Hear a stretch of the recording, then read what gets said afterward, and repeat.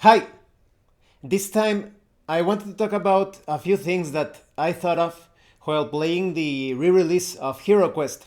I purchased it a few days ago, and well, first of all, this is related to both tabletop role playing games and board games. I want to talk about what Heroquest teaches us, or at least it reminded me of, when it comes to the simplicity of some role playing games and board games. So, like I said, I purchased it a few days ago, but I was a bit worried because it's quite expensive. So I thought, am I going to enjoy HeroQuest? I actually never played the original HeroQuest. I played many clones that you know those games that, for the PC that are quite they're pretty much HeroQuest with different quests and missions and such, but they are almost the same. And I got started with role playing games, at least when it comes to other types of games, with Advanced Hero Quest. Here is my old rulebook of Advanced Hero Quest. This is the Spanish version. I hope the video won't stutter too much when I show it to you. Advanced Hero Quest. Like I said, this is the Spanish version. And so before I started with the Advanced Dungeons and Dragons box set, I purchased Advanced Hero Quest, and that's what got me started with role playing games. It felt very similar to the actual RPG experience, but I was always curious about Hero Quest, not only because of the commercial. Do you remember the broadsword that commercial?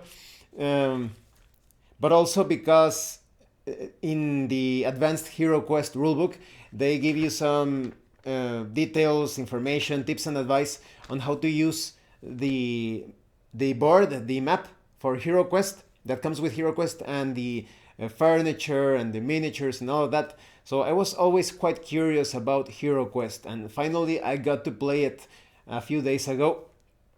And well, let's start with my experience.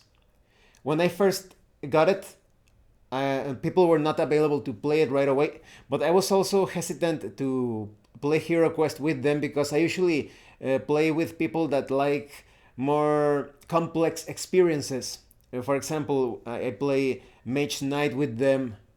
Although it's not exactly very complex, battle stations also it's also that sort of game with a bit more involvement. So it's those we play those sorts of experiences. So I thought maybe Hero Quest is going to be just too simple for them.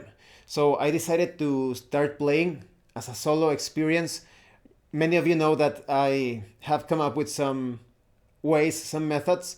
I'm going to put a few links in the description below on how to play solo role playing games and board games.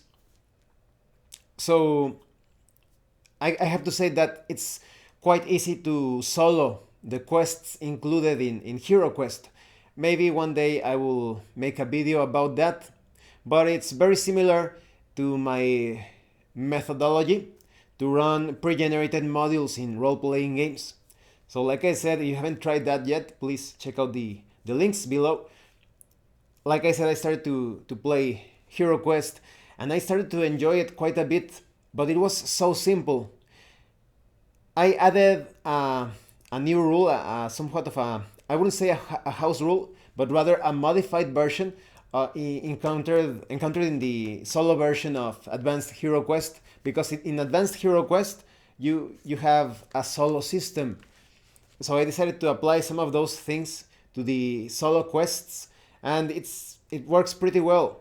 I know that there is an app to play Hero Quest solo or cooperatively, but what I don't like about game apps is that you have to constantly be inputting your position, and you click that you are now ready, and it feels too much like a video game.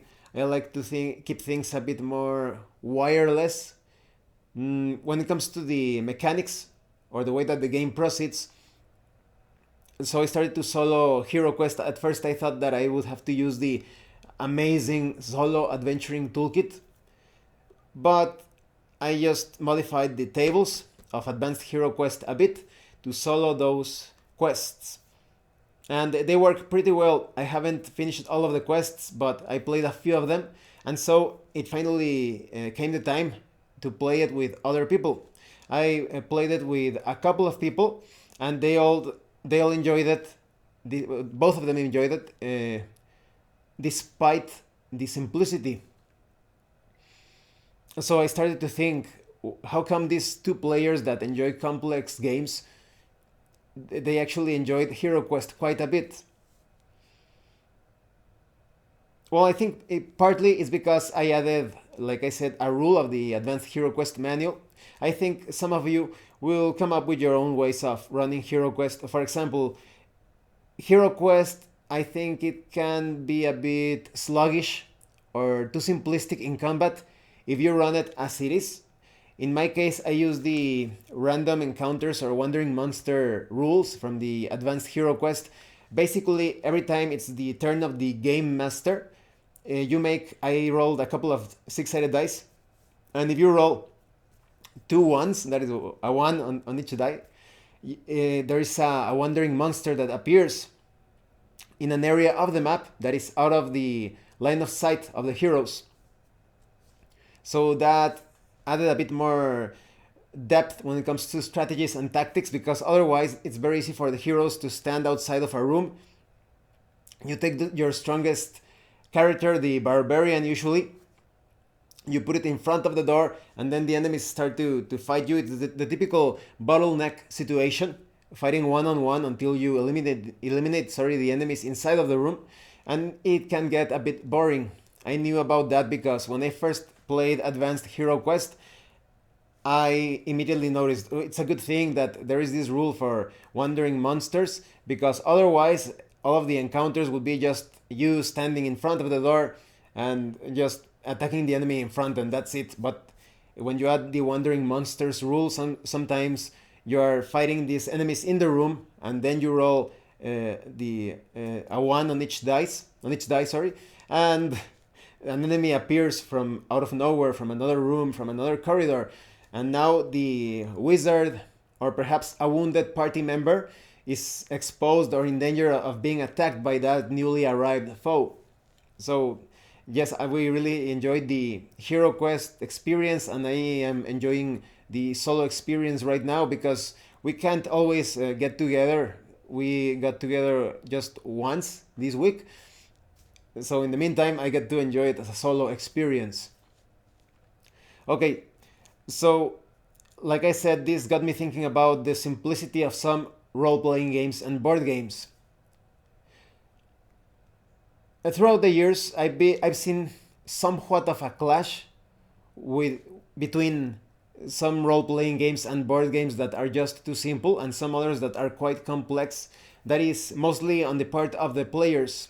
I think that's a sign of lack of understanding when it comes to the players. That, for example, you have players that play very complex experiences and or role-playing games or board games, and they look down upon those that play board games or role-playing games that are too simple. It's related to there is some truth to things, because for example, the concept of some things being dumbed down, that is, the game sometimes look perhaps for superficially speaking, yes, like without depth, too easy, some would say even stupid. But I will tell you why that isn't always the case. There are definitely some examples of games, of board games and role-playing games that have been simplified to the extreme because the companies want to attract as many players as possible. On the negative side, it's quite clear that most of the people in the world are not exactly very intelligent. It's all about quality and quantity. The brightest people in the world, they are very few. And that's an argument against, for example, against democracy. You see this all the time in probably, well, not so much at work, but remember those school days in high school, or, well, it depends, even in college, when they are picking like the class president or the president of the student council or whatever. And you have this room, let's say 30 people. And of those 30 people, 25 of them are quite dumb. yes, there's no other way to put it. Very dull-minded. So you only need one person to manipulate all of the less intelligent people so that they provide more votes in favor of the wrong choice. So even if you have four intelligent people, unless they take some very extreme and some would say, hmm, yes, extreme or troublesome methods to actually cause harm to the one who is manipulating people, the wrong choice is going to be inevitably chosen by the ones that are not very smart. And even if you had many different people that were intelligent, not all of them are exactly prepared to choose who is going to rule over people, because like I said, there are many just megalomaniacs and psychopaths and sociopaths trying to get that position, and they usually manipulate the great majority that are not very smart. So you could say that yes, it is a negative thing that sometimes they simplify games because they just want to attract as many customers as possible. They do not encourage people to raise or elevate their own consciousness, their thought processes, and such. But on the other hand, you have these people that play simple games and they look down upon those that play complex games just because they are not able to process those, yes, those mechanics, or they do not enjoy those ways of playing the game. In the case of role-playing games, those that focus too much on the game aspect and they do not role-play at all, or that, yes, they do not enjoy the role-play aspect or the story aspect, that's because they are not very imaginative, to be quite frank, at least from my point of view. And in other cases, there are these people that focus just too much on roleplay and storytelling, and they are basically no longer playing a game. They perhaps make a single roll in the entire session, and that's from my perspective. And that's because they either do not handle the mechanics well, or maybe they are doing some other activity that features a lot of number crunching, so they are tired of that, and when they play the game, or just like their system of choice, they almost put aside anything related to crunching numbers. So yes, there are positive and negative sides to all of it, but I think it's extremely easy to say, well, if a game is too simple, a role-playing game or a board game, it's surely a bad game. But there are two reasons as to why I think it is quite justifiable, positive even, to play those simple RPGs and board games. The first one, perhaps this is the most obvious one. I think there are just so many activities nowadays. If we were to go back perhaps 20 or 30 years ago, let's just say 20 years ago, in fact, yes, there were video games and board games and role-playing games, but I think there had been so many advancements. Suddenly you are hit with all of these amazing role-playing games and board games, and that is without counting your own duties, your job, your life with your family, with friends that do not play these sorts of games. Maybe you do some other hobbies, like I said, maybe you practice some sort of sport, or you like to build puzzles or build little ships inside of bottles. Who knows what you like to do, and you simply do not have the time to dedicate yourself or invest so many things in a single complex system. So these simple role-playing games and board games allow you to enjoy that experience without things getting too much out of hand. So for example, maybe someone wants to play a dungeon crawler board game, and he thinks, well, all of these systems are just too complex and involved and fiddly, and suddenly that person looks at Heroquest and that person is like, wow, that's so fun and fast, and I can learn the system. I learned how to play the game in less than 20 minutes or something like that. And it applies in the same way to role-playing games. I think that's part of why Dungeons and Dragons 5th edition, when it comes to the system itself, I dislike the politics that they have been inserting, but when it comes to the core system, that's why so many people like it. Perhaps sometimes they do not have all of that time. They want a system that is very easy to learn, that gives you all of the tools, the right tools to solve any situation, and you do not have do not have to spend too much in terms of just like, oh well, how are we going to solve this situation, what sort of check, how are we going to apply rules for this or that. Otherwise, you don't spend too much time doing that. You make your role as indicated in the core rulebook and you move on.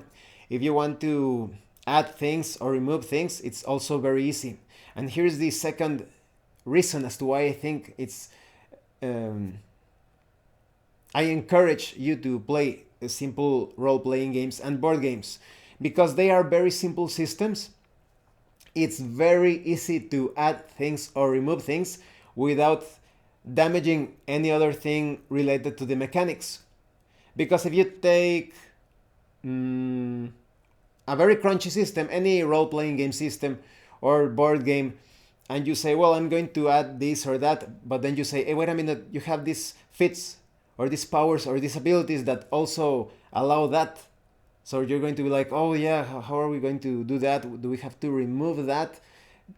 Maybe you're creating your character and you are taking a fit that allows you to like run around the room sliding and slicing and cutting, and someone wants to carry out that action in combat and the game master or dungeon master allows it. The one who took that fit that allows you like some sort of whirlwind attack or mobility or something for any role-playing game, you know that there are many D20 systems that have their similar things. That person is going to feel cheated because he or she is going to think, well, I took this fit and you are allowing that player to carry out the same thing that I can do because I selected this fit and that other person did not. But when it comes to very simple systems, usually when it comes to old school role-playing games, it's just so easy to add and take things because there aren't too many things there. There aren't too many feats and powers and abilities that you have to pick level by level. So when the player comes up with some brilliant idea during combat or using skills in some creative way or spells, because there aren't feats or powers or abilities that reproduce that idea, it's fair game to use it. So yes, I was just thinking about those couple of reasons that I think it is highly encouraged that you play. I would recommend that you play simple board games and role-playing games. If you do not have too much time or your other activities, your like I said, maybe some sports or exercise or some other hobbies or your job or any sort of thing gets in the way, it's a good idea to look for these systems that are very easy to learn and that are very easy to modify. In my case, I am playing all sorts of games. When I have the chance, you can tell from my channel that I enjoy extremely crunchy systems. Hackmaster is my favorite fantasy role-playing game, and it is extremely crunchy, extremely simulationist. Playing battles, the rounds, second by second, taking all sorts of modifiers into consideration. And I think that creates a lot of richness when it comes to representing what your character is doing. You are sometimes attacking and you're telling, I'm going to thrust my weapon through the slit of my enemy's helmet. It's a cold shot. So now you make your roll. The enemy is now bleeding out from you gouged his eye out and things like that. Or suddenly you're saying, I'm going to, maybe you're playing like a character with a very methodical system of fighting. I'm going to adopt this stance, the stance of the hawk, and wait for the enemy. It's a ready action. So it's very colorful to play those sorts of battle situations. But like I said, not everyone has either the mental resources or the time resources, to put it like that, to learn those complex systems. You can take any rules light system And you can somewhat represent that situation because the system is very simple. You can add so many things without the system crashing down in the way that I said, that sometimes it feels like a house of cards or a domino effect in those complex systems, that you add something and this clashes with some other mechanic or invalidates some other feature of the game. But with those simple systems, it's extremely easy to do. So I hope you found this video informative and entertaining. I definitely recommend Heroquest if you were thinking, that game is too simple, I won't enjoy it. If it's too simple, it's very easy for you to add some things like, oh, if you attack an enemy from behind, you get a bonus, or oh, if you will need random encounters, perhaps some traps appearing out of nowhere, or enemies. Very easy to add them. And like I said in my case, if you have advanced Heroquest, it's very easy to take the solo system from advanced Heroquest and apply it to the campaign included in the core box. I definitely recommend that you add a system for wandering monsters, because like I said, otherwise the encounters are always going to be the same. The party arrives to this room, one of the strongest party member stands at the door, he starts to eliminate this conga line of enemies, and everyone is safe. But with the wandering monsters rule, very easy to apply. Like I said, just roll a couple of dice. In my case, I actually roll a couple of dice for each enemy. So the more enemies that are present in an encounter, the greater the chances that another enemy is going to pop out or come out from somewhere. I think it's logical because there's a lot of noise. There's this big battle going on, and maybe other creatures in the dungeon hear that battle from afar, the clash of metal against metal, and the yells and screams and laments of pain and all of that. So yes, well, thank you for watching this video. If you have any comments or questions, please let me know.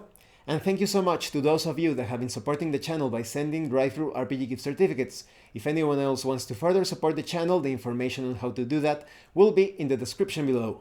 Once again, thank you and see you later.